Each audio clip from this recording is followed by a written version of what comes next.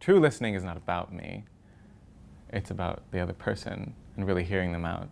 So with listening, it isn't just like nodding and saying mm-hmm, or that active listening, but it's also asking questions and reflecting back. Listening and hearing are two totally different things. But once you're vulnerable with someone and you can trust them and you can really understand where they're coming from, then I think that's when real listening happens. Part of my understanding of listening has come from recognizing that even at a place like PLU, many people's experience differs from my own. When people don't listen, it's this fundamental act of placing you underneath them. And it hurts sometimes too, when people don't want to listen, when people don't want to understand what you're trying to say. Instead, they just want to stick to what they know. When people weren't listening to me, it was very disheartening, it was very upsetting, and it hurt. As I've spent a lot of time in a classroom, as I listen to the news, I think we really aren't communicating with each other, and that has to be about hearing and listening.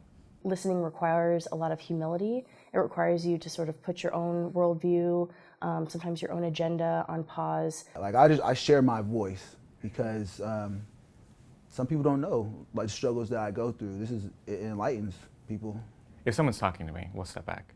If someone is talking to me and they're saying things that maybe I don't agree with, or something that I'm averse to, or I see differently, it's important to have stillness within me so that I can actually listen to them and figure out where they're coming from and what they're doing. Otherwise, I'm not actually listening to them. I'm just thinking about what I want to say or what I want to do, and it's about me. People just want to be heard. You know, they have opinions, and you got to respect their opinions.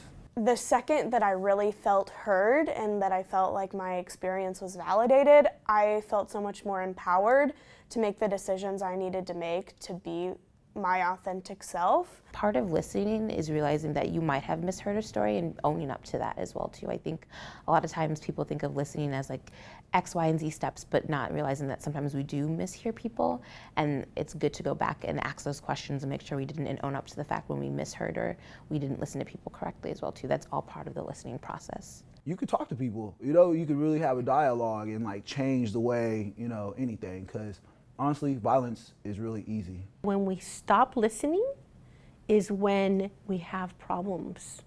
It all goes back to listening. Growth requires you to listen.